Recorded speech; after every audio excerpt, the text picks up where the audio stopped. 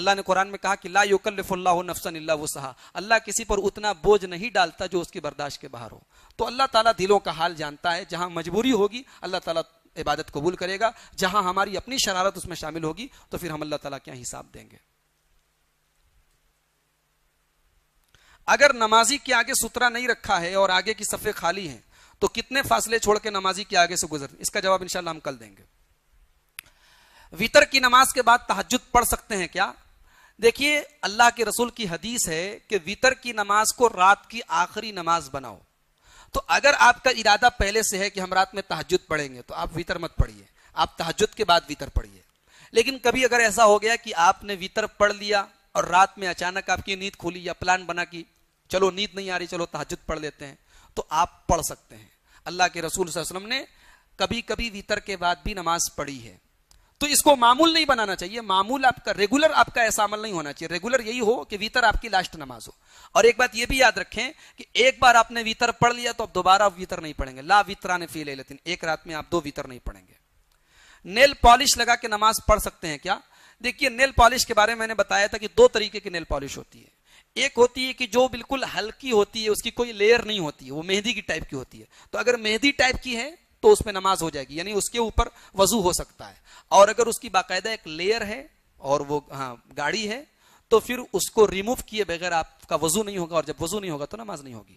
اور وضو کرنے کے بعد اگر عورت نے لگایا ہے تو نماز پڑھ سکتی ہے. لیکن اگر وضو ٹوٹ گیا ہے تو جب تک اس کو ریموو نہیں کرے گی اور وضو نہیں کرے گی تو اس کی نماز نہیں ہوگی. ایک اور سوال ہے، اس کا جواب بھی انشاءاللہ ہم کل دیں گے. ہو گیا سوال؟ کیا عید کی نماز کھلے آسمان کے نیچے پڑھنا فرض ہے؟ عید کی نماز ہی فرض نہیں ہے تو کھلے آسمان کے نیچے پڑھنا کیسے فرض ہو جائے گا؟ اللہ کے رسول کی سنت ہے کہ اس کو آبادی کے باہر پڑھا جائے. لیکن جہاں اگر ایسے حالات نہیں ہیں، لوگوں کے پاس ایسی جگہ نہیں ہے، تو جہاں جیسے حالات بنے پڑھ لیں. بہت ساری جگہوں پہ مسجدوں میں نماز ہوتی ہے، بمبے وغیرہ میں جہاں نہیں ہے لوگوں کے پاس عیدگاہ تو وہاں لوگ مسجدوں میں پڑھتے ہیں، تو پڑھ سکتے ہیں، فرض نہیں ہے. کیا خون کا دان دینا اسلام میں جائز ہے؟ دیکھیے خون ایک ایسی چیز ہے کہ دینے کے بعد دوبارہ ہمارے بدن میں بن جاتی ہے، لہٰذا خون دے سکتے ہیں. اسلام ایک تعلیم دیتا ہے کہ ہمیں دوسروں کی مدد کرنی چاہیے، نیکی اور تقوی کے کاموں میں ایک دوسرے کی مدد کرنی چاہیے. اگر ہمارے خون دینے سے کسی مریض کی جان بچ رہی ہے تو اسلام یہی چاہتا ہے، تو خون دینے میں کوئی حرج کی بات نہیں ہے. رمضان میں شیطان تو قید ہوتے ہیں، پھر نماز میں ایسا کیوں کہا جاتا ہے کہ شیطان کے لیے جگہ نہ چھوڑیں؟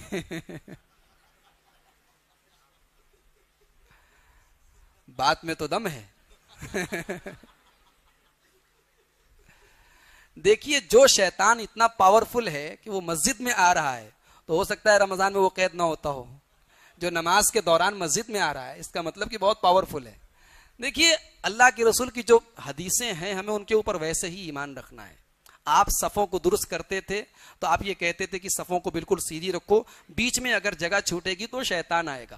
اب یہ بھی ممکن ہے کہ اللہ کے نبی نے اس کو وعید کے طور پر کہا ہو کہ اگر صف کے بیچ میں جگہ آدمی چھوڑتا ہے تو گویا کہ شیطان کو آنے کا راستہ دیتا ہے. ایک وعید اور دھمکی کے طور پر آپ نے ایسا کہا. اور یہ حقیقت بھی ہو سکتا ہے کہ واقعی میں جگہ ہم چھوڑے تو شیطان آ جائے. تو ہمیں جو مین چیز جس پر ہمیں فوکس کرنا ہے کہ اللہ کے نبی نے جو حکم دیا ہے، حکم آپ نے یہ دیا ہے کہ صفوں کو ہم مل کر کھڑے ہوں، قدم سے قدم ملا کر کھڑے ہوں، صفوں کے بیچ میں جگہ نہ چھوڑیں. کیا آیتوں کو پانی پر دم کر کے پیا جا سکتا ہے اور زخمی جگہ پر لگایا جا سکتا ہے؟ دیکھیے اس بارے میں اختلاف ہے علماء کے بیچ میں، اس لیے کہ اللہ کے رسول صلی اللہ علیہ وسلم سے جسم کے اوپر دم کرنا تو بالکل کلیئر حدیثوں سے ثابت ہے.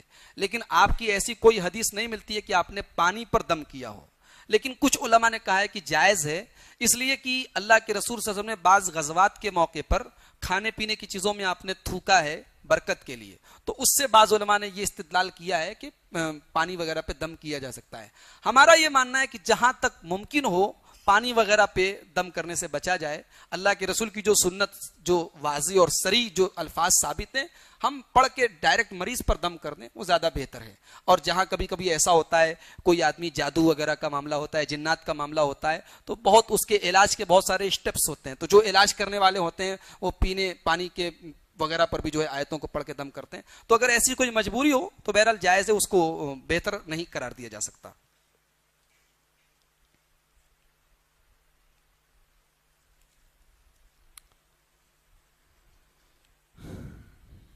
سورہ کہف میں آیا ہے کہ انسان دین کے معاملے میں غلو کرنے سے بچے، اور ہم رمضان میں 10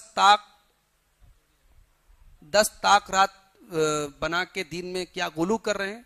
دیکھیں میں نے جمعہ میں اس مسئلے کی وضاحت کی تھی کہ اللہ کے رسول صلی اللہ علیہ وسلم پورے آخری عشرے میں جاگتے تھے، تو اگر آپ کا اسٹیمنا اجازت دیتا ہے آپ جاگیے، 10 رات میں جاگیے۔ اسٹیمنا آپ کا اجازت نہیں دیتا، آپ کا بدن اجازت نہیں دیتا ہے، آپ 5 طاق رات میں جاگیے۔ اس کی بھی اجازت نہیں ہے آپ کو، آپ کا جسم دیتا ہے آپ صرف کوئی ایک رات میں جاگیے۔ یہ تو ہماری اپنے جسم کے اوپر ہے۔ اللہ کے رسول صلی اللہ علیہ وسلم کی جو سنت ہے اور آپ نے جس کو سب سے بہتر قرار دیا ہے وہ یہ ہے کہ آخری عشرے میں پورے تمام دنوں میں آدمی عبادت کرے۔ تو یہ کوئی غلو نہیں ہے، اس کو غلو نہیں کہا جا سکتا ہے، یہ تو سنت ہے۔ عورتوں کا بھاؤں کو باریک کرنا یا اس کام میں مدد کرنے والی، اس پر اللہ اور اس کے رسول کی لعنت ہے۔ اس کے بارے میں عورتیں کہتی ہیں کہ ہم اپنے شوہر کے لیے ایسا کرتی ہیں، کیا یہ صحیح ہے؟ شوہر کے لیے آپ کریں یا کسی کے لیے کریں، جو چیز غلط ہے وہ غلط ہے۔ شوہر کے لیے آپ وہ کام کریں جو جائز ہے، آپ باقی میک اپ کے سارے کام کریں، میک اپ کی تمام چیزیں آپ کے لیے حلال ہیں، لیکن یہ آئی برو کو کاٹنا اور اس سے چھیڑ چھاڑ کرنا یہ مناسب نہیں ہے۔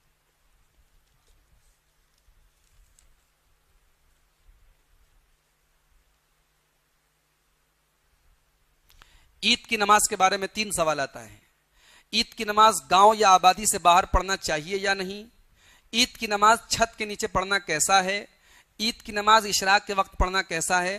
براہ کرم جوابات قرآن و حدیث کے حوالے سے دیں، ہم اس پر انشاءاللہ کل تفصیل سے گفتگو کریں گے۔ کیا ہمارے مقصد کے لیے چند مخصوص وظیفے پڑھ سکتے ہیں؟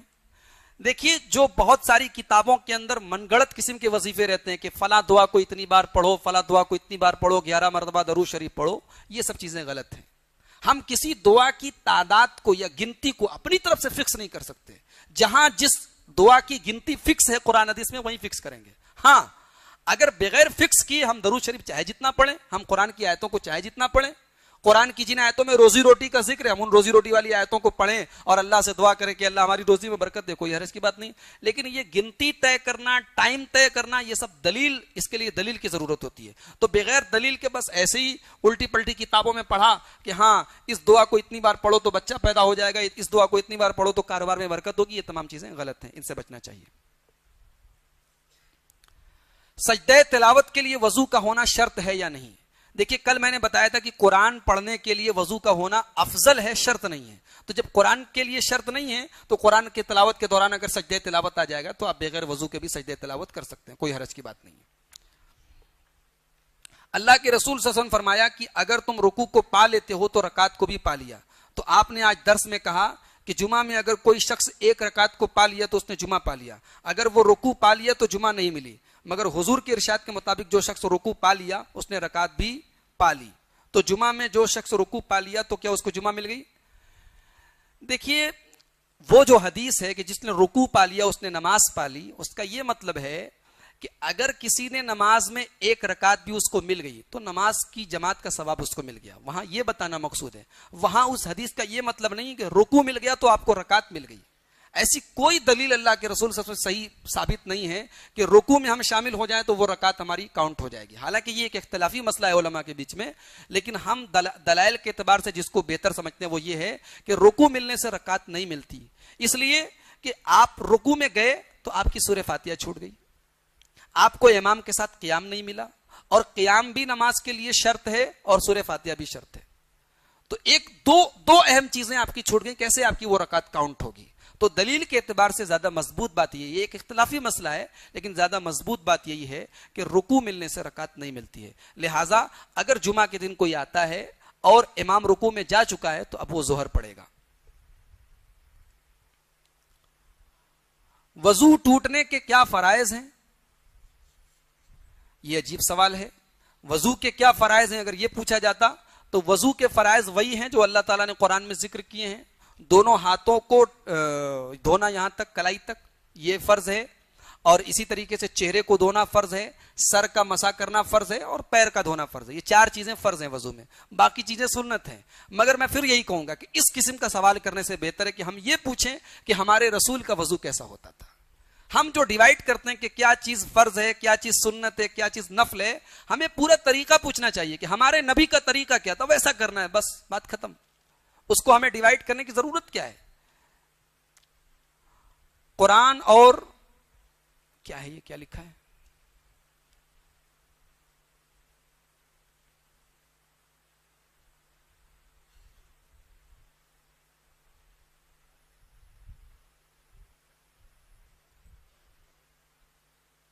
ایک سوال اور آیا ہے، میں مصلحت کے تحت اس سوال کو نظر انداز کر رہا ہوں. حج کو جانے سے پہلے دعوت کر سکتے ہیں یا نہیں؟ دیکھیے، حج ایک عبادت ہے، حج کوئی دنیاوی چیز نہیں ہے. آج ہمارے معاشرے میں حج کے تعلق سے بہت ساری چیزیں رائج ہو گئی ہیں. جانے سے پہلے دعوت، آنے کے بعد دعوت، اس طریقے کی دعوتیں بہرحال مناسب نہیں ہیں، اور یہ اس آدمی کے بوجھ کو بہت بڑھا دیتی ہیں. اب مان لیجئے کہ اگر حج کرنے میں کسی کے اوپر 2.5 لاکھ 3 لاکھ کا خرچ آ رہا ہے، تو دعوت وغیرہ کے چکر میں اس کا 2.5 لاکھ روپیہ اور چلا جاتا ہے. تو یہ ایک عبادت کو مشکل بنانے والی چیزیں، ہم ان کو ایک دم کھلم کھلا ناجائز تو نہیں کہہ سکتے، لیکن بہرحال جب ان کا ثبوت سنت سے نہیں ملتا ہے تو ہمیں ان سے بچنا چاہیے، اور اس طریقے کی دعوتوں کو ہمیں روکنا چاہیے. یہ مناسب نہیں ہے. ہم قرآن و حدیث پہ چلتے ہیں، اس کا تقاضا یہی ہے. جادو جس پر ہوتا ہے اس کے پہچاننے کا کیا طریقہ ہے، مرد ہو یا عورت پر ہو؟ دیکھیے، کوئی طریقہ نہیں ہے. جادو ایک ایسی چیز ہے کہ وہ تجربے سے ہی معلوم ہوتی ہے، اور جو لوگ اس کا علاج کرتے ہیں اللہ تعالیٰ ان کو کچھ صلاحیتیں دے دیتا ہے. میرے پاس تو وہ سب چیزیں ہیں نہیں، میں بتا نہیں پاؤں گا کہ کس کے اوپر جادو ہے کس کے اوپر نہیں ہوا ہے. لیکن میں یہ کہوں گا کہ اگر کوئی آدمی بیمار ہے تو پہلے وہ ڈاکٹر سے ملے. اگر وہ دوا علاج وغیرہ کراتے کراتے یہ سمجھ میں آ رہا ہے کہ یہ معاملہ نہیں ہے، جادو کا معاملہ ہے، تب کوئی اسٹیپ لے. عام طور سے کیا ہوتا ہے کہ ہمیں ہوتی ہے کوئی بیماری، ہم ڈاکٹرز کے پاس نہ جا کے ہم ڈائریکٹ جو ہے پہلے اس کو جادو اور جن اور یہ سب سمجھ لیتے ہیں. تو یہ نہیں ہونا چاہیے. اگر کوئی سحری میں نہ اٹھ سکے اور وہ رات میں نیت کر کے سو گیا ہے تو کیا وہ شخص بغیر کھائے روزہ رہ سکتا ہے یا نہیں؟ بالکل رہ سکتا ہے. سحری روزہ کے لیے شرط نہیں ہے کہ آپ سحری کھائیں گے تبھی آپ کا روزہ ہوگا. سحری سنت ہے، آپ سحری کریں، سنت ہے. اگر آپ نہیں کر پائے، سوئے رہ گئے، تو آپ کا روزہ صحیح ہے. آپ بغیر سحری کا روزہ رہیے، آپ کا روزہ انشاءاللہ صحیح ہے. یہی ہے کہ تھوڑا بھاری پڑے گا آپ کو، روزہ 15 گھنٹے بھوکے رہنا پڑے گا آپ کو. جو لوگ چھوٹی چھوٹی داڑھی رکھتے ہیں ان کو ثواب ملتا ہے یا نہیں؟ کس چیز کا ثواب ملتا ہے یا نہیں؟ چھوٹی چھوٹی داڑھی رکھنے کا ثواب. چھوٹی چھوٹی داڑھی، بہرحال اگر آپ میرے اوپر نشانہ سادھے تو میری داڑھی اتنی بڑی ہے میری داڑھی اتنی ہے. ہاں، ایک سوال آیا ہے خواتین کی طرف سے آیا ہے کہ قبر میں عذاب کے بارے میں کل میں نے بیان کیا تھا. تو قرآن مجید میں ہر جگہ آیا ہے کہ قیامت کے دن سب لوگوں کو قبروں سے اٹھایا جائے گا، ہمارے اعمال کا حساب دیا جائے گا. اس بات کا خلاصہ چاہیے. خلاصہ کیا ہے؟ دیکھیے، قبر کے اندر جو عذاب ہوگا یا جو معاملہ ہوگا وہ ایک الگ ہے. وہ آپ یہ کہہ لیجئے کہ قیامت کے دن حساب و کتاب کے بعد ہمارے ساتھ جو عذاب یا ثواب ہونے والا ہے اس کی ایک جھلک ہے. جیسے کبھی کبھی ہوتا ہے کہ ایک مجرم کو جب پولیس پکڑتی ہے تو عدالت میں کیس چلنے کے پہلے لاک اپ میں بھی اس کی پٹائی ہوتی ہے کہ نہیں ہوتی ہے؟ تو لاک اپ میں جو پٹائی ہوتی ہے بس سمجھ لو قبر میں وہی پٹائی ہو رہی ہے. ابھی کیس چلنا ہے، ابھی عدالت لگے گی قیامت کے دن. تو اس کا یہ مطلب نہیں ہے کہ ہم اس کا انکار کر دیں. قرآن میں جیسا کہ میں نے کہا کہ صراحت کے ساتھ کہیں عذاب قبر کا ذکر نہیں ہے، اور ایسا بھی کوئی مسئلہ نہیں ہے کہ کوئی چیز اگر قرآن کے اندر نہیں آئی ہے تو ہم نہیں مانیں گے. ہم قرآن اور حدیث دونوں پر ہم کو ایمان لانا ہے، دونوں کو ماننا ہے. ہمارے نبی نے کہا کہ قبر میں عذاب ہوتا ہے، اور ہمارے نبی نے اس کی تفصیل بتائی ہے، ڈیٹیل بتائی ہے. اور ہمارے نبی صلی اللہ علیہ وسلم ہر نماز میں دعا کرتے تھے کہ قبر کے عذاب سے میں اللہ کی پناہ چاہتا ہوں. تو اس کے اوپر شک نہیں کرنا چاہیے اور اس پر بلا وجہ کے سوالات نہیں اٹھانے چاہیے. کچھ پیغمبروں پر معجزے آئے ہیں، تو کیا محمد صلی اللہ علیہ وسلم کے اوپر چاند کا معجزہ ہے؟ دیکھیے، اللہ کے رسول کو بہت سارے معجزے دیے گئے. آپ کا سب سے بڑا معجزہ قرآن مجید ہے. قرآن معجزہ ہے، آپ کا بہت بڑا معجزہ ہے. آپ کی انگلیوں سے پانی کا چشمہ نکلا، آپ کا کلمہ کنکریوں نے، پتھروں نے کلمہ پڑھا. اور میں نے ایک واقعہ سنایا تھا آپ کو کسی دن تفسیر میں کہ اللہ کے رسول جس لکڑی کے تنے پر خطبہ دیتے تھے لکڑی کا تنا رونے لگا. یہ تمام چیزیں معجزہ ہیں. اور آپ کے اشارے سے چاند 2 ٹکڑے ہوا تھا آپ کے زمانے میں ایک مرتبہ، وہ بھی ایک معجزہ تھا. تو اس وقت جو ہم چاند دیکھ رہے ہیں یہ چاند اللہ کے رسول کا معجزہ نہیں ہے. چاند تو اللہ تعالیٰ کی ایک تخلیق ہے، یہ چاند معجزہ نہیں ہے. نبی کے زمانے میں ایک مرتبہ مکمل کمپلیٹ چاند 2 ٹکڑے ہو گیا تھا، ایک پہاڑی کے اس پار ایک پہاڑی کے اس پار. وہ اللہ کے رسول کا معجزہ تھا. قرآن دوسروں کے نام پر بخشایا جا سکتا ہے کہ نہیں؟ میں اس پر بھی ڈیٹیل سے بتا چکا ہوں کہ میت کے لیے ہم وہی کام کر سکتے ہیں جس کا ثبوت قرآن اور حدیث سے ملتا ہو. میت کے لیے ہم صدقہ کر سکتے ہیں، ثبوت ملتا ہے، دعا کر سکتے ہیں، ثبوت ملتا ہے، روزے چھوٹے ہیں وہ پورے کر سکتے ہیں، ثبوت ملتا ہے، میت کی طرف سے حج کر سکتے ہیں، ثبوت ملتا ہے، لیکن میت کی طرف سے قرآن پڑھنے کا کوئی ثبوت نہیں ملتا، اس لیے ہم قرآن نہیں پڑھیں گے۔ میت کی طرف سے نماز پڑھنے کا ثبوت نہیں ملتا ہے، ہم اس کی طرف سے نماز نہیں پڑھیں گے۔ ایک آدمی جب مر گیا تو اس کے عمل کا سلسلہ ختم ہو گیا، اب اس کی طرف سے ہم کیا کریں گے؟ وہی کریں گے جو قرآن حدیث سے ثابت ہے۔ قرآن بخشوانے کا ثبوت نہیں ہے، لہٰذا ہم قرآن نہیں بخش سکتے۔ دوران بیان قرآن پڑھا جا سکتا ہے؟ ظاہر سی بات ہے، میرے بیان کی کیا حیثیت ہے؟ قرآن اللہ کا کلام ہے، قرآن پڑھنے سے میں کسی کو کیوں منع کروں؟ قرآن آپ پڑھ سکتے ہیں، لیکن آپ کہیں پر اگر بیان ہو رہا ہے آپ وہاں بیٹھ کے قرآن پڑھیں گے تو آپ کو بھی ڈسٹرب ہوگا، آپ گھر جا کے کہیں تنہائی میں جا کے قرآن پڑھیں۔ کلب معلم کا شکار کھایا جا سکتا ہے؟ دلیل کے ساتھ دیجیے۔ قرآن میں اللہ تعالیٰ نے ڈیٹیل سے اس کے بارے میں بتایا سورہ مائدہ کے اندر کہ کتے کے ذریعے جو ہے کتے کو ٹریننگ دی جائے۔ ایک کتا ہوتا ہے، اس کو ٹرینڈ کیا جاتا ہے شکار کرنے کے لیے، تو وہ شکار کرتا ہے، جانوروں کو پکڑ کے لاتا ہے، تو ان جانوروں کو ہم ذبح کر کے کھا سکتے ہیں، لیکن شرط یہ کہ کتا ٹرینڈ ہو اور کتے کو اللہ کا نام لے کے اس کو بھیجا گیا ہو، تو وہ ایک تفصیلی مسئلہ ہے، اس کا شکار کھا سکتے ہیں، قرآن سے ثابت ہے۔ اگر کتا کسی برتن میں منہ ڈالے تو اس برتن کو 7 مرتبہ دھونا چاہیے۔ وضاحت کیجئے، یہ تو حدیث سے ثابت ہے کہ 7 مرتبہ دھونا چاہیے، اور پہلی مرتبہ اور آخری مرتبہ مٹی بھی شامل کرنی چاہیے، یہ حدیث سے ثابت ہے، اس پر ہمیں عمل کرنا چاہیے۔ قرآن کو نیچے رکھ کر کیا کرسی پر بیٹھا جا سکتا ہے؟ بیٹھ سکتے ہیں، کوئی مسئلہ نہیں ہے، اگر اونچائی پر رکھ سکتے ہو تو بہتر ہے، قرآن کا جتنا احترام کر سکتے ہو کریں، لیکن قرآن اگر ہم بیٹھے ہیں اور کہیں الماری وغیرہ پر رکھا ہے تو کوئی حرج کی بات نہیں ہے، اس میں کوئی گناہ کی بات نہیں ہے۔ امیر کی اطاعت کے بارے میں قرآن اور حدیث سے جمہوری ملک میں درست ہے؟ دیکھیے، امیر کی اطاعت 2 چیزیں ہوتی ہیں، ایک ہوتا ہے جو پورے مسلمانوں کا امیر ہے، ویسا امیر تو آج ہمارا کوئی ہے نہیں، ویسا اگر امیر اگر ہوتا اور اس کی اطاعت سے اگر کوئی بغاوت کرتا تو اس کے تو گردن مارنے کا حکم ہے۔ لیکن ایک ہوتا ہے کہ ہماری کوئی آرگنائزیشن ہے، ہماری کوئی تنظیم ہے، کوئی جماعت ہے، کوئی مسجد ہے، اس کا ایک امیر ہے، تو ایک ڈسپلن جو اسلام ہمیں سکھاتا ہے اس کا تقاضا یہ ہے کہ ہم اس امیر کی اطاعت کریں۔ ظاہر سی بات ہے کہ ایک اسکول میں پڑھنے والے بچے اگر اپنے ٹیچر کی بات نہ مانے، ایک گھر کے اندر رہنے والے لوگ اپنے گارجین کی بات نہ مانے، گھر نہیں چل سکتا، اسکول نہیں چل سکتا۔ تو جماعت، آرگنائزیشن، تنظیم، مسجد، مدرسہ، یہ سب بھی اگر ایک تنظیم کے تحت ہیں تو ہمیں تنظیم کا جو امیر ہے اس کی بات ماننی چاہیے۔ ہاں، امیر کی جو بات شریعت کے خلاف ہو ہمیں حدود میں رہ کے اس سے اختلاف کر سکتے ہیں، لیکن امیر کی بہرحال اطاعت کرنی چاہیے۔ تو یہ تھے سوالات جو آج کافی زیادہ تھے۔ اللہ تعالی ہم سب کو صحیح سمجھ اور نیک عمل کی توفیق عطا فرمائے۔ اللہ تعالی ہم سب کو قرآن و حدیث پر چلنے کی توفیق عطا فرمائے، دین کے معاملات میں ہم سب کو غور کر کے عمل کرنے کی توفیق عطا فرمائے۔ السلام علیکم ورحمۃ اللہ۔ کل سوالات بہت آ گئے تھے، چونکہ وقت کافی ہو چکا ہے، اس لیے آج سوالات کا سلسلہ ہم تھوڑا سا مختصر میں ہم ختم کریں گے انشاءاللہ۔ ہاں، ایک سوال آیا ہے، نماز میں سینے پر ہاتھ کیوں باندھتے ہیں؟ دیکھیے، سینے پر ہاتھ باندھنا اللہ کے نبی صلی اللہ علیہ وسلم سے ثابت ہے، ابن خزیمہ کی صحیح روایت ہے، اللہ کے رسول سینے پر ہاتھ باندھتے تھے، اس لیے ہمیں باندھنا ہے۔ تشہد میں انگلی کو حرکت کیوں کرتے ہیں؟ بہت سارے لوگ اشہد اللہ پر اٹھاتے ہیں اور الا اللہ پر گرا دیتے ہیں، یا بہت سارے لوگ اشہد اللہ سے اٹھا کے واشہد ان محمد عبدہ و رسولہ تک حرکت دیتے ہیں، اس کا کوئی ثبوت نہیں ہے۔ اللہ کے نبی صلی اللہ علیہ وسلم تشہد میں انگلی کو حرکت دیتے تھے، ہلکی ہلکی، اور اشارہ کرتے تھے، اور حدیثوں میں عام لفظ آیا ہے کہ پورے تشہد میں آپ ایسا کرتے تھے، لہٰذا ہم پورے تحیات میں پورے تشہد میں حرکت دیں گے، ہلکی حرکت دیں گے، بہت تیز تیز اس کو نہیں حرکت دینا چاہیے، ہلکی ہلکی حرکت پورے تشہد میں دینی چاہیے۔ سلام کرتے وقت تھوڑے لوگ 2 ہاتھ ملائیں، یہ ملانا جائز ہے یا نہیں؟ دیکھیے، 2 ہاتھ سے اگر کوئی ملاتا ہے تو اس سے اس کی دلیل پوچھیے، آپ ہم سے یہ پوچھیے کہ مصافحہ کیسے کرنا چاہیے۔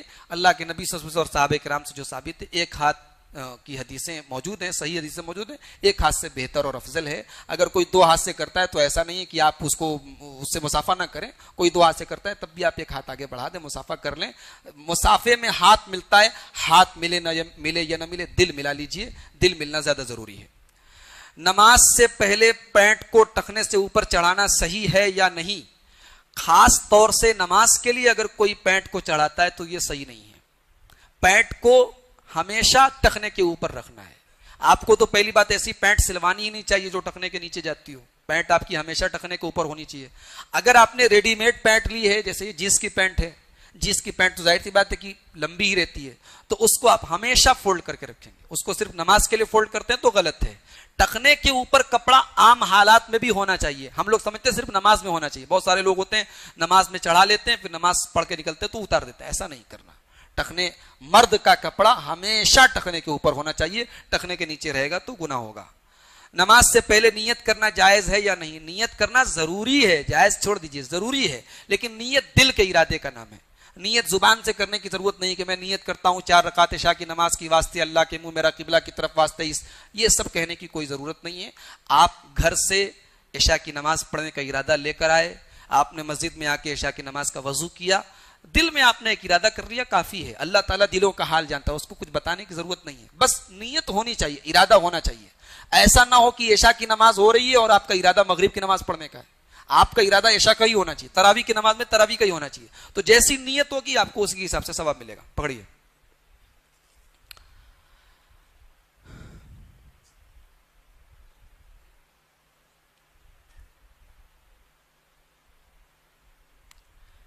بیوہ عورت کو شوہر کی ڈپازٹ یعنی جمع شدہ رقم ہے, لیکن اس عورت کا کوئی ذریعہ نہیں ہے. وہ عورت اپنے ماں باپ کے گھر میں ہے, تو کیا اس کو اپنے شوہر کے ڈپازٹ کے اوپر زکوٰۃ نکالنا ہے یا نہیں؟ دیکھیے, بیوہ عورت کے شوہر کے جو ڈپازٹ ہے, اب وہ ڈپازٹ صرف اس کا تو نہیں ہے, بچوں کا بھی ہے, سب کا حق ہے. تو بہتر تو یہ ہے کہ اس ڈپازٹ کو بانٹ دینا چاہیے جس کا جو حق ہے بچوں کا. اگر وہ اس عورت کے ہی قبضے میں ہے, اگر ابھی اس عورت کے ہی قبضے میں بھی بچوں کو نہیں ملا ہے, تو جب تک اس کے قبضے میں اس کی زکوٰۃ اس کو نکالنا چاہیے. اگر وہ زکوٰۃ کے نصاب کے اوپر پہنچتا ہے تو زکوٰۃ نکالنی چاہیے. اور یہ کیا ہے, یہ کچھ سوال ہے سمجھ میں نہیں آ رہا ہے. عصر کی نماز کے بعد مسجد میں داخل ہونے پر تحیت المسجد نماز ادا کرنا درست ہے یا نہیں؟ آپ کبھی بھی مسجد میں آئے, نماز کا ٹائم نہ ہو, کسی اور بھی ٹائم آئے, آپ کو تحیت المسجد کی نماز پڑھنا ہے. اس میں عصر کی نماز اس سے الگ نہیں ہے. آپ کسی بھی ٹائم آئے, تراویح کے ٹائم آئے, تبھی آپ کو تحیت الوضو اگر ٹائم ہے تو آپ پڑھ لیجیے. مرد کی کمائی حرام ہی ہے, کیا بیوی اس کمائی پر صدقہ خیرات کر سکتی ہے اور پڑوسی کو بھی مدد کر سکتی ہے؟ اگر معلوم ہے کہ حرام کی کمائی ہے تو اللہ تعالیٰ کی, اللہ کے رسول کی حدیث ہے, ان اللہ طیب لا یقبل الا طیبا, اللہ پاک ہے, پاک کو ہی پسند کرتا ہے.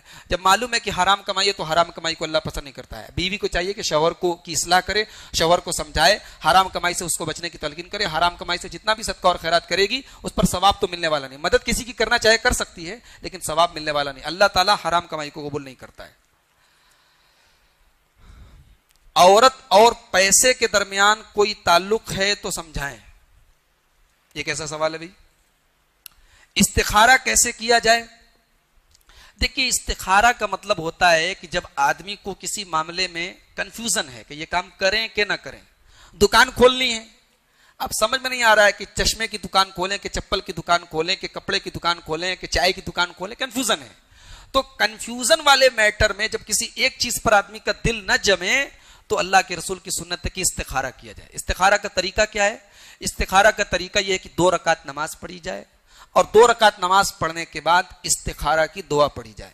استخارہ کی دعا لمبی ہے, یہاں دعا کی کتاب رکھی ہوئی ہے, آپ اس کو یاد کر سکتے ہیں. اللہم انی استخیرک بعلمک واستقدرک بقدرتک واسألک من فضلک العظیم فانک تقدر ولا اقدر وتعلم ولا اعلم وانت علام الغیوب. لمبی دعا ہے, بہرحال وہ دعا آپ کو پڑھنی ہے. دعا کا مطلب یہ ہے کہ اے اللہ, میں تجھ سے بھلائی طلب کرتا ہوں, تیری قدرت کا سوال کرتا ہوں. اے اللہ, اگر تیرے علم میں یہ کام جو میں کرنے جا رہا ہوں, اگر تیرے علم میں یہ کام میرے لیے بہتر ہے, میرے دین کے اعتبار سے, میری دنیا کے اعتبار سے, میرے انجام کے اعتبار سے, تو اے اللہ اس کام کو تو میرے لیے آسان کر دے. اور اگر یہ کام میرے لیے برا ہے, میرے دین کے اعتبار سے, میری دنیا کے اعتبار سے, میرے انجام کے اعتبار سے, تو اے اللہ اس کام کو تو پھیر دے, مجھے اس کام سے پھیر دے, اور میں جہاں بھی رہوں تو بھلائی پر مجھے رکھ. یہ استخارہ کی دعا کا میں نے ترجمہ کر دیا آپ کے سامنے. دعا آپ دعا کی کتاب میں سے یاد کر لیجئے. یہ دعا آپ پڑھ لیجئے, اس کے بعد آپ کا دل جس پر جمتا ہے وہ کام کر ڈالیے. اللہ تعالیٰ انشاءاللہ استخارہ کرنے والا کبھی شرمندہ نہیں ہوتا ہے. اگر آپ نے استخارہ کر کے کوئی کام کیا ہے, انشاءاللہ اللہ آپ کے اس کام میں برکت دے گا, اس کام کی مصیبتوں کو آسان کرے گا.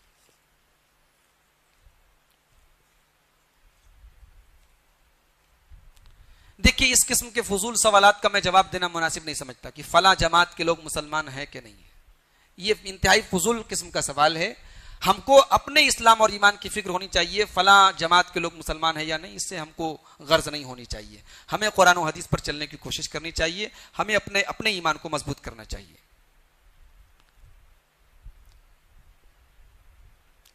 اسلام میں اولاد پیدا ہونے کے بعد چند گھنٹوں کے بعد انتقال ہو جائے تو عقیقہ کرنا ہے یا نہیں؟ دیکھیے اس سلسلے میں علماء کا اختلاف ہے، اس لیے کہ عقیقہ کا حکم 7ویں دن کرنے کا ہے. تو 7ویں دن کے پہلے اگر بچہ مر جائے تو اس کا عقیقہ کرنا چاہیے یا نہیں، اس کے بارے میں علماء کا اختلاف ہے. بعض علماء نے کہا ہے کہ عقیقہ کر دینا چاہیے. بعض علماء نے کہا کہ جب وہ بچہ 7 دن کا نہیں ہوا ہے تو عقیقہ کرنے کی کوئی ضرورت نہیں ہے. تو احتیاط کے طور پر اگر اللہ تعالیٰ نے کسی کو استعداد دیے کرنا چاہے تو کر لے، ویسے کوئی ضروری نہیں ہے، عقیقہ کرنے کی کوئی ضرورت اس کو نہیں ہے. یہ کیا ہے؟ گھوڑ پھوڑ کھانے کا طریقہ. گھوڑ پھوڑ کیا ہوتا ہے؟ کوئی جانور ہے. اب وہ جانور سامنے لایا جائے تو کچھ بتایا جائے.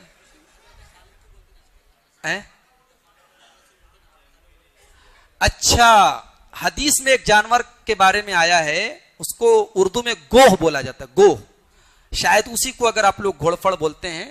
تو وہ جانور جو ہے اللہ کے رسول صلی اللہ علیہ وسلم نے اس کو جائز قرار دیا ہے، لیکن آپ نے نہیں کھایا، آپ نے پسند نہیں کیا، آپ نے صحابہ کو کھانے کی اجازت دی ہے. تو کھا سکتے ہیں، طبیعت اگر آپ کی کرتی ہے تو کھا سکتے ہیں. لیلۃ القدر کی پہچان کیا ہے؟ بعض حدیثوں سے پتہ چلتا ہے کہ لیلۃ القدر کی صبح سورج کی تپش کم ہوتی ہے، سورج کی جو تپش ہوتی ہے کم ہوتی ہے. اور بعض حدیثوں سے یہ بھی پتہ چلتا ہے کہ اس دن یعنی شب قدر کے ختم ہونے کے بعد جو دن شروع ہوتا ہے تو صبح صبح بارش ہوتی ہے. تو یہ علامت بتائی گئی ہے. یہ علامت ظاہر ہو بھی سکتی ہے اور یہ بھی ہو سکتا ہے کہ ظاہر نہ ہو. اب مان لیجئے کہ ہم 10 رات جاگ رہے ہیں اور کسی دن بارش نہیں ہو رہی تو آپ بولیں گے لیلۃ القدر تو آئی نہیں. تو ایسا نہیں ہے، یہ ایک پہچان بتائی گئی ہے. اگر یہ علامت نظر آئے تو ٹھیک ہے، نظر نہ آئے تب بھی ہم کو عبادت کرنا ہے. یہ نشانی ظاہر ہو ایسا کوئی ضروری نہیں ہے. یہ بھی جواب ہو گیا.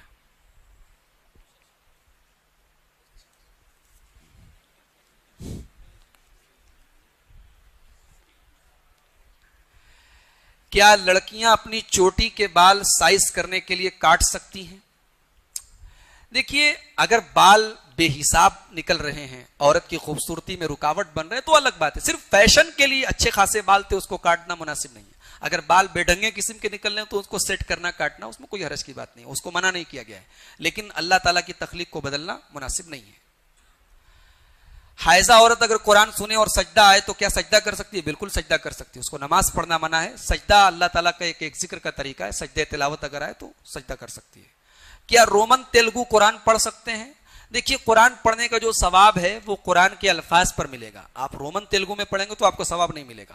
اصل ثواب قرآن کے عربی الفاظ پر ملتا ہے. تو آپ اگر قرآن نہیں پڑھے ہیں تو اس کو پڑھنے کی کوشش کیجئے، محنت کیجئے، کسی حافظ صاحب سے، کسی مولوی صاحب سے رابطہ کیجئے. اس کو کوئی اپنی مجبوری مت بنائیے.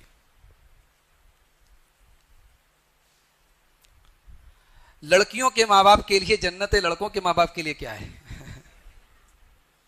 ان کے لیے بھی جنت ہے، لیکن لڑکیوں کے لیے خاص طور سے یہ کہا گیا ہے کہ چونکہ لڑکیوں کی پرورش کا کام بہت مشکل ہوتا ہے. لڑکیوں کو ایک آدمی پالتا ہے، پوستا ہے، پھر جب جوان ہو جاتی ہیں شادی کرنا ہوتا ہے، پھر ان کی عزت کی حفاظت کرنی ہوتی ہے. یہ تمام چیزیں، تمام مسائل ہوتے ہیں. تو یہ ایک فضیلت دی گئی ہے ان کو. لڑکوں کی بھی تربیت اگر اولاد کی اچھی تربیت کرے گا تو جیسا کہ میں نے آج بتایا سورہ طور کی تفسیر میں کہ اولاد کے ساتھ ساتھ اللہ تعالیٰ ماں باپ کو جنت میں داخل کرے گا اور دونوں کو ایک مقام دے دے گا. تو ایسا نہیں ہے کہ صرف لڑکیوں پر یہ فضیلت ہے، لڑکوں کی تربیت بھی کرنے کا حکم ہے. جو پیدائش سے ہی گونگے بہرے ہوتے ہیں ان کو آخرت میں سوال و جواب ہوگا. اب اللہ تبارک و تعالی جب انسان کی چمڑی کے اندر زبان دے سکتا ہے، انسان کا ہاتھ بول سکتا ہے، پیر بول سکتا ہے، تو گونگے بہرے کو بھی اللہ تعالیٰ بولنے کی شکتی دے سکتا ہے. تو اس کے حساب سے، اس کی طاقت کے حساب سے اس سے بھی سوال و جواب ہوگا.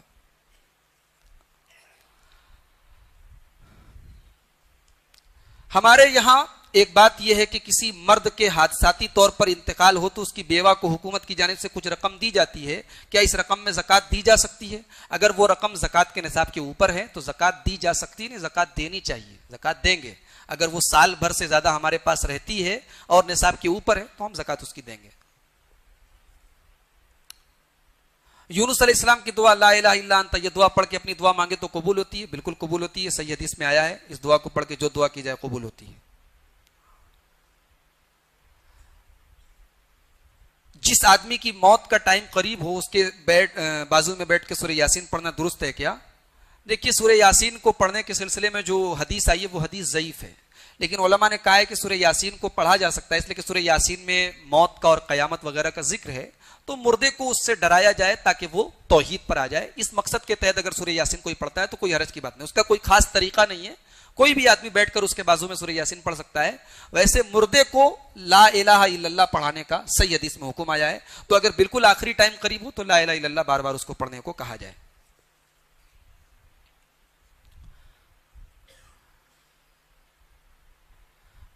بھائی اور بہن کی خاص رشتہ داروں کی شادی میں جو دہیز اور ویڈیو اور ڈاوری ایسی شادیوں میں شامل ہو سکتے ہیں اور کھانا کھانا جائز ہے نہیں؟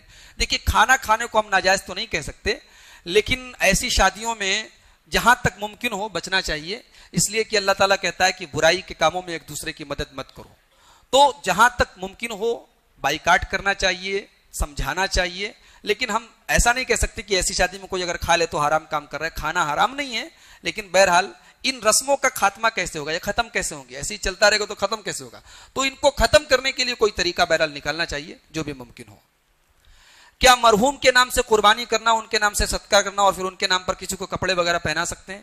دیکھیے قربانی کرنے کے بارے میں جہاں تک معاملہ ہے تو اللہ کے رسول صلی اللہ علیہ وسلم سے ایسا کوئی ثبوت نہیں ملتا، کوئی صحیح حدیث نہیں ہے کہ آپ نے الگ سے مردے کے نام پر قربانی کرنے کا حکم دیا ہو۔ حضرت علی کی ایک روایت ہے ترمذی کے اندر، لیکن وہ روایت بہت ضعیف ہے۔ تو ہم الگ سے جانور اگر ذبح کرتے ہیں مردے کے نام پر، باپ کے نام پہ، چچا کے نام پہ، ماں کے نام پہ، تو یہ صحیح نہیں ہے۔ ہاں ہم اپنی قربانی میں اپنے مرحوم باپ کو، مرحوم ماں کو شامل کر سکتے ہیں، ہم اپنی یہ نیت کر سکتے ہیں کہ اے اللہ اس قربانی کو میری طرف سے، میری فیملی کی طرف سے اور میرے ابا جن کا انتقال ہو چکا ہے ان کی طرف سے، یہ نیت کر کے ہم قربانی کر سکتے ہیں۔ اس طریقے کی اگر کوئی نیت کرتا ہے تو درست ہے، لیکن الگ سے ان کے نام پہ جانور نہیں قربان کر سکتے۔ باقی صدقہ آپ کر سکتے ہیں، کپڑا وغیرہ غریبوں کو دے سکتے ہیں، کھانا دے سکتے ہیں، کوئی حرج کی بات نہیں۔ زندہ نیک انسان کا وسیلہ دینا جائز ہے یا نہیں؟ دیکھیے زندہ نیک انسان کے وسیلہ کا کیا مطلب ہے پہلے آپ یہ سمجھ لیجئے۔ کسی انسان کا وسیلہ لگانا جائز نہیں ہے، اس کی دعا کا وسیلہ لگانا جائز ہے۔ اگر آپ کے محلے میں، آپ کے گاؤں میں کوئی نیک آدمی ہے، آپ اس سے جا کے کہیں کہ حافظ صاحب تھوڑا ہمارے لیے دعا کر دیں، ہمارے باپ کے لیے دعا کر دیں، ہماری ماں کے لیے دعا کر دیں، تو یہ اس کا وسیلہ نہیں ہوا، اس کی دعا کا وسیلہ ہوا۔ جیسے اللہ کے رسول صلی اللہ علیہ وسلم کے انتقال کے بعد حضرت عمر کے زمانے میں بارش نہیں ہوتی تھی تو حضرت عمر فاروق کے پاس لوگ آتے تھے اور ان سے دعا کرواتے تھے، وہ دعا کرتے تھے، بارش ہونے لگتی تھی۔ تو نیک انسان کی دعا کا وسیلہ لگایا جا سکتا ہے۔ امام مہدی کون ہے؟ امام مہدی ایک نیک انسان ہے اور قیامت کے قریب وہ آئیں گے، اور جیسے حضرت عیسیٰ علیہ السلام کو اللہ تعالیٰ دنیا میں نازل کرے گا، ایسے ہی امام مہدی نام کے ایک شخص پیدا ہوں گے، یہ عدل و انصاف قائم کریں گے، یہ اللہ کے رسول کی امت میں سے ہوں گے۔ ان کے بارے میں حدیثوں میں بہت ساری ڈیٹیل آئی ہے، ہم پھر کبھی تفصیل سے ان کے اوپر گفتگو کریں گے۔ تراویح کے بارے میں کل ہم تفصیل سے بتا چکے ہیں، پھر آج سوال آیا ہے۔ کسی غیر مسلم کی شادی مندر میں منعقد ہو تو کیا ہم اس میں شریک ہو سکتے ہیں اور وہاں کا کھانا کھا سکتے ہیں جبکہ وہاں مہورتم مانتے ہیں؟ دیکھیے اگر اس میں شرکیہ کام وغیرہ، پوجا وغیرہ ہو رہی ہے تو وہاں شریک ہونا مناسب نہیں ہے۔ جیسا کہ میں نے کہا غیر مسلموں سے آپ اتنا ہی تعلق رکھیں گے جہاں آپ کا اپنا ایمان اور عقیدہ ٹکرائے نہ۔ اب وہاں مندر میں شادی ہو رہی تو مناسب نہیں ہے۔ اگر وہ شادی الگ سے کسی فنکشن ہال وغیرہ میں دعوت کا انتظام کرتے ہیں تو آپ کھا لیں، کوئی حرج کی بات نہیں۔ اگر کوئی شخص پہلے رفع یدین نہیں کرتا تھا لیکن اب کر رہا ہے تو اس کی پرانی نمازیں قبول ہیں یا نہیں؟ کل بھی میں نے یہ جواب دیا تھا کہ رفع یدین اگر کوئی نہیں کرتا ہے تو اس کی نماز قبول ہو رہی ہے یا نہیں۔ اس طریقے کا سوال بے معنی اور بے مطلب ہے۔ اس طریقے کا سوال ہم کرنے والے کون ہوتے ہیں؟ کون کس طریقے سے نماز پڑھ رہا ہے اور اس کی نماز اللہ تعالیٰ قبول کرے گا یا نہیں، اس کا حساب وہ قیامت کے دن خود دے گا۔ ہم کو اپنی نماز کا حساب دینا ہے اور ہماری نماز رسول کے طریقے پر ہونی چاہیے۔ ہم سیکھیں، جانیں، سمجھیں کہ اللہ کے نبی کی نماز کا طریقہ کیا تھا، اور اللہ کے نبی کی جو نماز کا طریقہ تھا اس میں رفع یدین شامل تھا۔ اللہ نے ہم سب کو مسلمان بنایا ہے اور ہماری پہچان اسی سے ہے، تو ہم اپنے آپ کو جماعتوں کے نام سے پہچان دینے کا کیا مسئلہ ہے، جیسے اہل حدیث، اہل سنت، شیعہ وغیرہ وغیرہ۔ دیکھیے ایک زمانہ تھا جب مارکیٹ میں صرف گھی بکتا تھا، تو کوئی دکان پہ جاتا تو بولتا تھا گھی دے دو۔ جب بعد میں نقلی گھی بھی ملنے لگا تو بولنا پڑتا ہے کہ دیسی گھی دے دو. تو فرقے اور جماعتیں آج بہت سارے موجود ہیں اور ہر جماعت یہ بولتی ہے کہ ہم حق پر ہیں. تو ایک پہچان کے لیے اگر اپنا کوئی نام کوئی دیتا ہے تو اس میں کوئی حرج کی بات نہیں ہے. صحابہ کرام کے زمانے میں جب فرقے پیدا ہوئے تو صحابہ کرام نے اپنے آپ کو اہل الحدیث بھی کہا, اہل السنہ بھی کہا. بعد میں سلف صالحین نے اپنے آپ کو سلفی بھی کہا. آج بھی قرآن حدیث پہ چلنے والے مصر کے اندر انصار السنہ کے نام سے بھی جانے جاتے ہیں. کہیں ان کو سلفی کہا جاتا ہے, کہیں وہ اپنے آپ کو اہل الحدیث کہتے ہیں, کہیں اہل السنہ کہتے ہیں. یہ الگ الگ نام ہے. اصل چیز منہج ہونا چاہیے. اللہ کے نبی نے نجات پانے والے جماعت اور فرقے کا منہج ہمیں بتایا ہے, نام نہیں بتایا ہے. تو یہ ایک علاقے کے اعتبار سے اپنی امتیازی شان کے لیے ہم ایک نام رکھ سکتے ہیں, اس میں کوئی حرج کی بات نہیں ہے. لیکن اصل چیز ہے کہ ہمارا منہج درست ہونا چاہیے, ہمارا اصول درست ہونا چاہیے. جائیداد کا بٹوارا کب کرنا چاہیے؟ جائیداد کا بٹوارا مرنے کے بعد ہی ہوتا ہے, اس لیے کہ وراثت کا مطلب یہ ہوتا ہے کہ مرنے کے بعد جو حصہ لگے. لیکن اگر باپ کو یہ ڈر ہے کہ میرے مرنے کے بعد اولاد انصاف نہیں کرے گی تو اپنی زندگی میں بھی جو شریعت کے مطابق حصہ ہے وہ اپنی اولاد کے نام لکھ کے جا سکتا ہے. لیکن اصل جو بٹوارا ہے وہ مرنے کے بعد ہی ہوتا ہے. کیا امام کے پیچھے مقتدی کو سورہ فاتحہ پڑھنی چاہیے یا نہیں؟ ہم نے سورہ فاتحہ کی تفسیر کے ٹائم بتایا تھا. مسلم شریف کی حدیث ہے حضرت ابو ہریرہ کی کہ بغیر سورہ فاتحہ کے جو نماز پڑھی جائے وہ ادھوری ہوتی ہے. لوگوں نے پوچھا کہ اے ابو ہریرہ ہم امام کے پیچھے ہوں تب بھی؟ انہوں نے کہا ہاں تب بھی, آہستہ سے پڑھنا ہے, دل میں پڑھنا ہے, لیکن امام کے پیچھے بھی پڑھنا ہے. تو سورہ فاتحہ چاہے نفل نماز ہو, فرض ہو, سنت ہو, تراویح ہو, جنازے کی ہو, اکیلے پڑھیں, جماعت سے پڑھیں, ہر نماز میں سورہ فاتحہ ضروری ہے. اللہم باعث بینی فرض, سنت, نفل, وتر, نماز جنازہ کی ہر فرض میں پڑھنا چاہیے یا صرف نماز کے شروع میں پڑھنی چاہیے؟ جنازے کی نماز میں دعائے ثنا پڑھنے کا ثبوت نہیں ملتا ہے. جنازے کی نماز آپ ڈائریکٹ سورہ فاتحہ سے اسٹارٹ کریں گے اور باقی ہر نماز میں آپ دعائے ثنا پڑھیں گے. اللہ کو تو دے, تو کر, یہ کیوں کہتے ہیں؟ یہ بھی کہہ سکتے ہیں کہ آپ دیجئے. دیکھیے اللہ تبارک و تعالیٰ چونکہ ایک ہے تو اس کے اکیلے ہونے کا تقاضا ہے کہ اس سے کہا جائے کہ تو دے, اور اللہ تعالیٰ سب سے بڑا ہے تو ادب کا تقاضا ہے کہ یہ کہا جائے آپ دیجئے. لیکن توحید کا پہلو زیادہ غالب ہوتا ہے, اسی لیے اللہ تعالیٰ کے بارے میں عام طور سے واحد کسے کا استعمال کرتے ہیں. یہ نہیں کہتے اللہ تعالیٰ فرماتے ہیں, کہا جاتا ہے اللہ تعالیٰ فرماتا ہے, اللہ تعالیٰ کہتا ہے, اللہ تعالیٰ نازل کرتا ہے, یہ بتانے کے لیے کہ اللہ ایک ہے. تو یہاں بے ادبی مقصد نہیں ہے, یہاں یہ بتانا مقصد ہے کہ اللہ ایک ہے. مسبوق اگر امام کے ساتھ سلام پھیر دے تو کیا اپنی چھوٹی ہوئی نماز مکمل کرے یا نماز کا اعادہ کرے یا سجدہ سہو کرے؟ امام کے ساتھ اگر سلام پھیر دیتا ہے تو سجدہ سہو کر لے, بعد میں غلطی کر دی اس نے سجدہ سہو کر لے, نماز اپنی جو چھوٹی ہے وہ مکمل کرے. عورت اور مرد کی نماز میں کچھ فرق ہے یا نہیں؟ دونوں کی نماز یکساں ہے. قرآن اور حدیث سے تو کوئی فرق نہیں ملتا ہے, دونوں کی نماز ایک جیسی ہے. اعتکاف کی حالت میں طبیعت خراب ہو جائے تو ڈاکٹر کے پاس جا سکتے ہیں یا نہیں؟ بہت زیادہ خراب ہے, ڈاکٹر کے پاس جانا ہی پڑے گا تب جائے. اگر دوا وغیرہ منگا کے کام چل سکتا ہے تو منگا کے کام چلایا جائے, مجبوری میں تو نکل سکتے ہیں. نماز میں کہاں تک اپنے پیروں کو دیکھنے کی مقدار ہے؟ نماز میں پیروں کو نہیں دیکھنا ہے, سجدے کے مقام کو دیکھنا ہے. یہ ادبن گزارش اگر ہو سکے تو آپ بتائیں کہ کھڑے ہو کے بتائیں کہ کتنا نماز میں پیر کو پھیلا سکتے ہیں. دیکھیے نماز میں آپ کو پیر اتنا ہی پھیلانا ہے جتنی آپ کے بدن کی چوڑائی ہے. بہت زیادہ پھیلانا بھی ٹھیک نہیں ہے, بہت کم پھیلانا بھی ٹھیک. کم پھیلائیں گے تو سب برابر نہیں ہوگی, پیر سے پیر ملے گا نہیں, اور زیادہ پھیلائیں گے تو بھی صفوں کے بیچ میں جگہ باقی رہے گی. تو آپ کے بدن کی جو چوڑائی ہے اس اعتبار سے آپ پیر پھیلائیے. بہت زیادہ پھیلانا بھی غلط ہے, کم پھیلانا بھی غلط ہے. آسان زبان میں یہ سمجھیے کہ آپ کے دونوں پیر ایچ کی طرح ہونے چاہیے, ڈبلو کی طرح نہیں ہونے چاہیے. دین کی دعوت کے مرحلے میں دوسرے مذاہب کی دلیل دے سکتے ہیں یا نہیں؟ دیکھیے ہماری تحقیق کے سلسلے میں یہ ہے کہ دعوت کے کام میں بنیاد تو قرآن اور حدیث کو بنانا ہے, بیس قرآن اور حدیث کو بنانا ہے. جہاں ضرورت پڑے ان کو سمجھانے کے لیے ہم ان کی کتابوں سے بھی حوالہ دے سکتے ہیں. لیکن کچھ لوگ کیا کرتے ہیں کہ غیر مسلموں میں دعوت کے کام کے لیے انہی کی کتابوں کو فوکس کرتے ہیں, قرآن حدیث کا معاملہ کمزور ہو جاتا ہے. ایسا طریقہ بھی غلط ہے. اور اگر کوئی یہ کہتا ہے کہ ہم ان کے مذہب کی کتابوں کا نام نہیں لے سکتے, اس کا حوالہ نہیں دے سکتے, تو یہ بات بھی مناسب نہیں. ضرورت پڑنے پر ہم ان کی کتابوں کا حوالہ بھی دے سکتے ہیں. غسل کا سنت طریقہ کیا ہے؟ میں اس پر ڈیٹیل سے پورا درس دے چکا ہوں, میں تمام مسائل اس پر بتایا جا چکا ہے.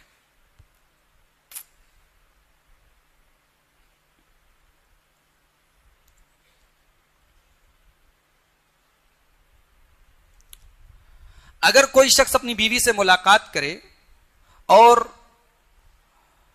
انزال نہ ہو یعنی منی نہ نکلے تو اس کے بارے میں یہ ہے کہ وضو کرے جس طرح نماز کے لیے وضو کرتا ہے اور اپنے عضو کو دھو لے. دیکھیے صحیح مسئلہ اس سلسلے میں یہ ہے جو اللہ کے رسول کی حدیث ہے کہ بیوی سے ملاقات کرتے ہی آدمی کے اوپر غسل فرض ہو جاتا ہے چاہے انزال ہو یا نہ ہو. ایک حدیث ایسی ہے کہ آپ نے فرمایا الماء من الماء, پانی سے پانی ہے, یعنی پانی نکلا تب غسل فرض ہے. لیکن اس حدیث کو اس حدیث نے منسوخ کر دیا ہے جو میں نے ابھی پڑھی کہ اگر آدمی اپنی بیوی سے ملتا ہے تو غسل اس کے اوپر فرض ہے. اللہ کے رسول صلی اللہ علیہ وسلم نے نماز کی حالت میں اپنے کپڑے میں تھوکا پھر اسے مل دیا. تو یہ حدیث اس سے کیا پوچھنا چاہتے ہیں؟ سوال کرنے والے نے وضاحت نہیں کی ہے, صرف حدیث پیش کر دی ہے. دیکھیے اس زمانے میں جو فرش وغیرہ ہوتے تھے عام طور سے مٹی کے ہوتے تھے, تھوک دیا جائے تو وہیں پر وہ اسی میں دفن بھی کیے جا سکتے تھے. لیکن آج ہمارے یہاں الحمدللہ فرش اچھے خاصے ہیں, اس کے اوپر بہترین قسم کی جو ہے چٹائی بچھی ہے اور کارپیٹ بچھا ہے. اب یہاں آپ تھوکیں گے تو بہت مسئلہ ہو جائے گا. تو حدیث میں یہ آیا ہے کہ کبھی نماز میں وسوسہ آئے تو آدمی کو بائیں طرف تھوکنا چاہیے. تو تھوکنے کا یہ مطلب نہیں کہ آپ ڈھیر سارا تھوک اپنے منہ میں لا کے وہاں پہ تھوک دیں, پوری زمین گندی کر دیں. مطلب یہ ہے کہ ایک شیطان کو بھگانے کا ایک طریقہ اللہ کے نبی نے بتایا کہ آپ ہلکا پھلکا تھپ تھپا دیں اور اعوذ باللہ من الشیطان الرجیم پڑھ دیں. تو یہاں پوری طریقے سے اگر آپ تھوکیں گے تو بلا وجہ کی گندگی پھیلے گی جو مناسب نہیں ہے. اسلام یہ بھی کہتا ہے کہ آپ دوسروں کو تکلیف نہ پہنچائیں. اللہ کے رسول صلی اللہ علیہ وسلم جب راتوں میں نماز پڑھتے تھے تو ان کی بیویاں کیوں نماز نہیں پڑھتی تھی؟ آپ کی بیویاں بھی نماز پڑھتی تھیں, ایسا نہیں ہے. اب یہ ہے کہ اللہ کے رسول پابندی سے پڑھتے تھے. اللہ کے نبی 5 ٹائم کے ساتھ ساتھ تہجد کی نماز پابندی سے پڑھتے تھے. ظاہر سی بات ہے کہ امت کے لیے ضروری نہیں ہے پابندی سے پڑھنا, یہ نبی کا خاص معاملہ تھا. اللہ کے نبی پڑھتے تھے, یہ ان کا اور اللہ کے بیچ کا معاملہ تھا. امتی کو تہجد کی نماز فرض نہیں قرار دی گئی, ضروری قرار نہیں دی گئی. اس لیے آپ کی بیویاں کبھی پڑھتی تھی کبھی نہیں پڑھتی تھی. دونوں ستون کے درمیان نماز پڑھنا منع ہے, ان سب حدیثوں کا خلاصہ بیان کیجیے. اب اس پر ہم کل گفتگو کریں گے. بینکنگ سیکٹر یا فائنینس سیکٹر میں نوکری کرنا جائز ہے یا نہیں؟ اللہ کے رسول کی حدیث ہے سود کھانے والے, کھلانے والے, لکھنے والے, گواہی دینے والے سب پر اللہ کی لعنت ہو. اس لیے جو جتنے بینک آج ہمارے یہاں پائے جاتے ہیں سب سودی بینک ہیں, ان میں نوکری کرنا مناسب نہیں ہے. پچھلے کئی درسوں میں آپ نے کہا کہ لڑکی برکتوں والی اور آخرت میں کام آنے والی. لڑکی کی اتنی فضیلت ہے تو لڑکے کی کیا فضیلت ہے اور وہ کیسے آخرت میں کام آئے گا؟ دیکھیے لڑکی کی فضیلت بیان کرنے کا یہ مطلب نہیں کہ لڑکے بیکار ہیں. لڑکی کی فضیلت جہاں قرآن حدیث میں آئی ہے وہاں میں نے بیان کی ہے. جہاں مرد کی فضیلت ہے وہاں مرد کی فضیلت ہے. تو اس کا یہ مطلب سمجھنا کہ ایک طرفہ کوئی بات ہے, ایسا معاملہ نہیں ہے. کیا نماز کے بعد منہ پہ ہاتھ پھیر سکتے ہیں یا نہیں؟ دیکھیے خاص طور سے نماز کے بعد منہ پھیرنا, دعا کے بعد اگر یہ پوچھا جا رہا ہے کہ دعا کے بعد ہاتھ پھیر سکتے ہیں یا نہیں, تو اس سلسلے میں میری تحقیق یہ ہے کہ اللہ کے رسول کی حدیثیں موجود ہیں جو حسن درجے تک پہنچتی ہیں. دعا کے بعد ہاتھ پھیر سکتے ہیں, لیکن نماز ویتر میں دعائے قنوت پڑھ کے ہاتھ نہیں پھیرنا چاہیے کیونکہ وہ نماز کے اندر کا معاملہ ہے اور وہاں پر اللہ کے نبی سے ہاتھ پھیرنا ثابت نہیں ہے. باقی ہم عام دعا اگر کرتے ہیں تو ہاتھ پھیر سکتے ہیں. ہاتھ پھیرنا کوئی ضروری بھی نہیں ہے اور اگر کوئی پھیرتا ہے تو کوئی حرج کی بات بھی نہیں ہے. عورت بہت قیمتی ہے اللہ کی نظر میں, جس کو آپ نے موبائل کی مثال دے کے بیان کیا تھا. تو مرد کا کیا مسئلہ ہے؟ یہ کون صاحب ہے بھائی, کون صاحب ہے؟ یہ بہت ان کو تکلیف ہے. عورت کی پردے کے تعلق سے میں نے بتایا تھا کہ جیسے موبائل ہوتا ہے, قیمتی موبائل ہوتا ہے تو آدمی اس کو کور وغیرہ میں رکھتا ہے. تو میں نے مثال دی تھی کہ عورت کو اللہ تعالیٰ نے قیمتی بتایا ہے, تو میں نے اس بیک گراؤنڈ میں اس کو قیمتی کہا تھا. اس کا یہ مطلب نہیں کہ مرد بیکار ہے. ہر بات کے دونوں پہلوؤں پر نظر رکھنی چاہیے. پچھلے جمعہ کے بیان میں آپ نے اللہ کی مغفرت حاصل کرنے کے طریقے بتائے, جس میں ایک یہ تھا کہ ہمارے رکوع کے بعد کی دعا فرشتوں کی آواز سے مل جانا چاہیے. اس کے لیے کیا آواز بلند رکھنی چاہیے یا ہونٹ ہلانا کافی ہے؟ صحابی نے آواز بلند کی تھی تبھی تو صحابہ نے سنا, تو آواز بلند بھی رکھ سکتے ہیں, اور چونکہ اللہ کے نبی نے بلند نہیں کی تھی اس لیے آہستہ بھی پڑھ سکتے ہیں. دونوں مناسب ہے, جائز ہے, کوئی حرج کی بات نہیں.